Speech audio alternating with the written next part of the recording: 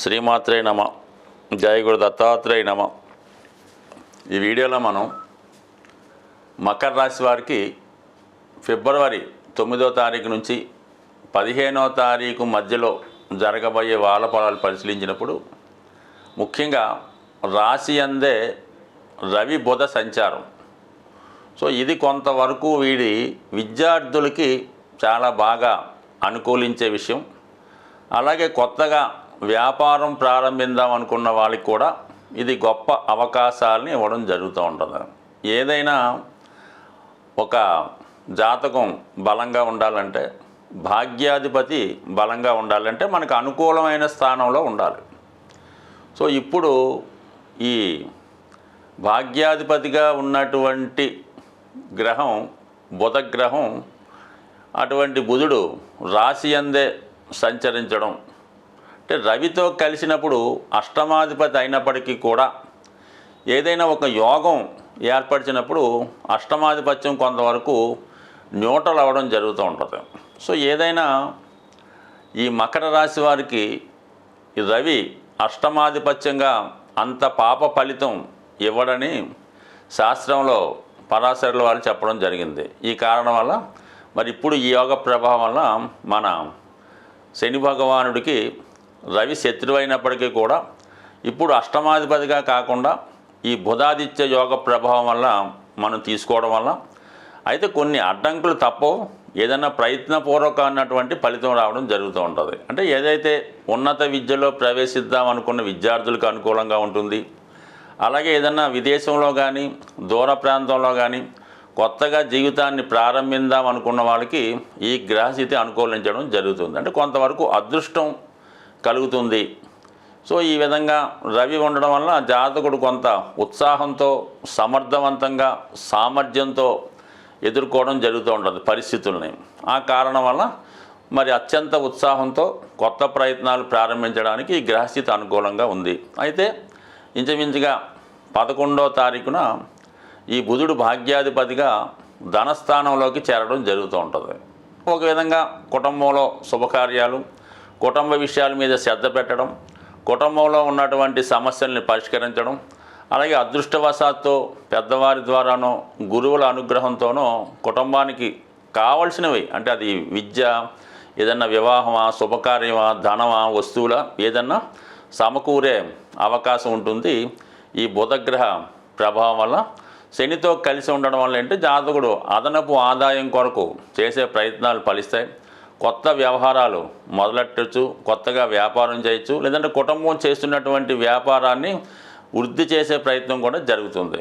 మరి 12వ తారీఖున రవి కూడా అక్కడ చేరడం జరుగుతూ ఉంటుంది. ఇది కొంతవరకు ఏంటంటే కుటుంబంలో ఒకరికి వేరే ప్రాంతంలో ఏదైనా ఉద్యోగ అవకాశాలు రావడం వల్ల వాళ్ళు వేరే ప్రాంతం వెళ్ళటం కానీ, లేదా వ్యక్తిగతంగా జాతకుడే ధనార్జన నిమిత్తం వేరే ప్రాంతానికి మైగ్రేట్ అవ్వడానికో, కొంతకాలం పాటు వృత్తిరీత్యా వేరే ప్రాంతానికి వెళ్ళడానికో ఈ గ్రహస్థితి అనుకూలించడం జరుగుతుంది.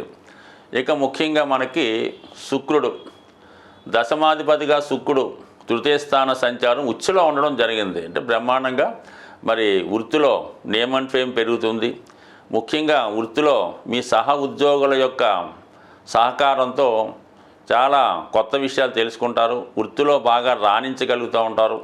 అలాగే ఆర్థిక పరంగా చాలా ప్రావీణ్యంగా ఉంటుంది. ముఖ్యంగా మీలో ఉన్నటువంటి టాలెంట్కి తగిన గుర్తింపు రావడం వల్ల చాలా కాలంగా మీలో ఉన్నటువంటి ప్రతిభకి గుర్తింపు రావడంతో పాటు అందరూ మిమ్మల్ని ప్రోత్సహించి, అలాగే మీరు కొత్త వ్యాపారం చేయాలన్నా, కొత్తగా ధన సంపాదన ప్రయత్నం చేయాలన్నా కూడా ఖచ్చితంగా మీకు అటు మీ యొక్క దగ్గర బంధువులే కాదు, మీకు పరిచయం ఉన్నటువంటి స్త్రీలు కానీ అధికారంలో ఉన్నటువంటి వారు సహకరించే అవకాశం ఉంది. కాబట్టి ఏదైనా నూతన వ్యవహారాలు ప్రారంభించడానికి కావలసినటువంటి ధనం, సహకారం లభించే అవకాశం ఉన్నది. మొత్తం మీద ఈ గ్రహాల యొక్క స్థితి అనుకూలంగానే ఉంది. మరి కుజుడు 6వ స్థానంలో వక్రించడం జరుగుతుంది. ఇది చాలా అద్భుతమైనటువంటి ప్లేస్మెంట్.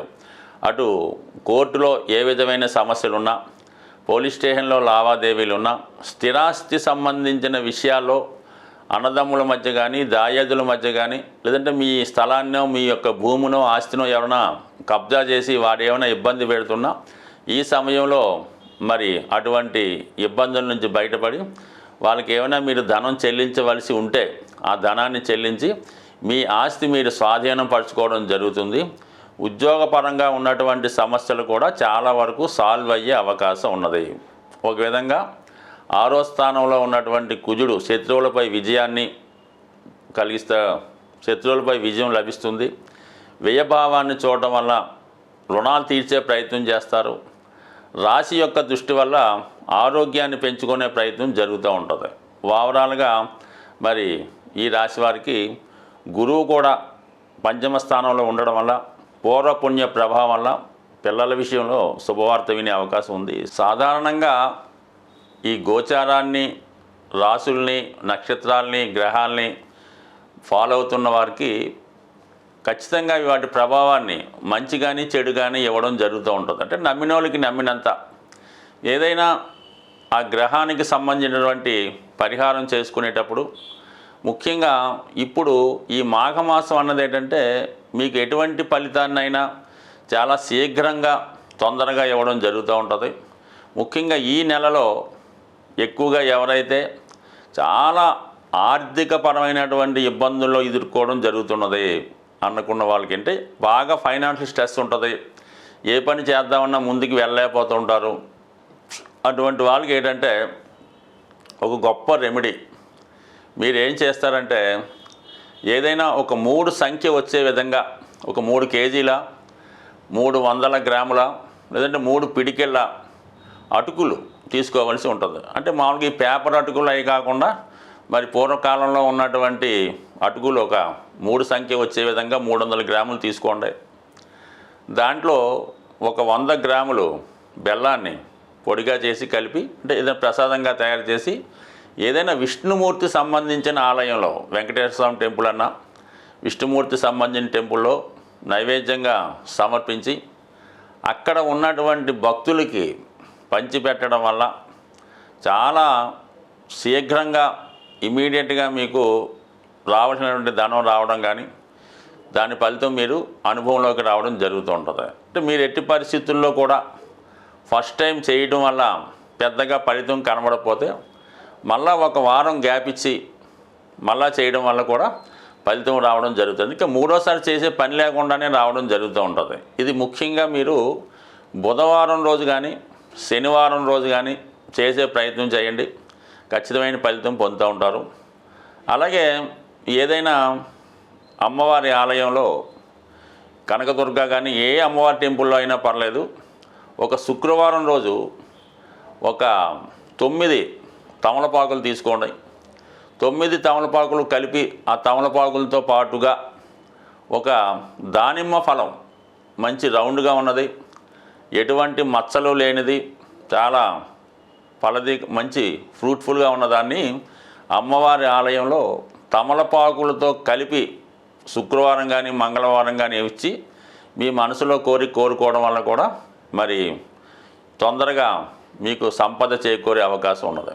ఈ విధంగా చేయడం వల్ల అలాగే కొంతమంది అవకాశం ఉన్నవాళ్ళు మంగళవారం రోజు సాయంకాలం పూట అంటే సాయంకాలం 6 నుంచి 7 గంటల మధ్యలో 8 గంటల మధ్యలో ఏదైనా హనుమాన్ ఆలయంలో హనుమాన్ టెంపుల్లో 6 గులాబీ పువ్వులు స్వామివారికి సమర్పించడం వల్ల కూడా తొందరగా మీకు ఏదైనా ఓర్పు సహనంతో చేయవలసి ఉంటుంది.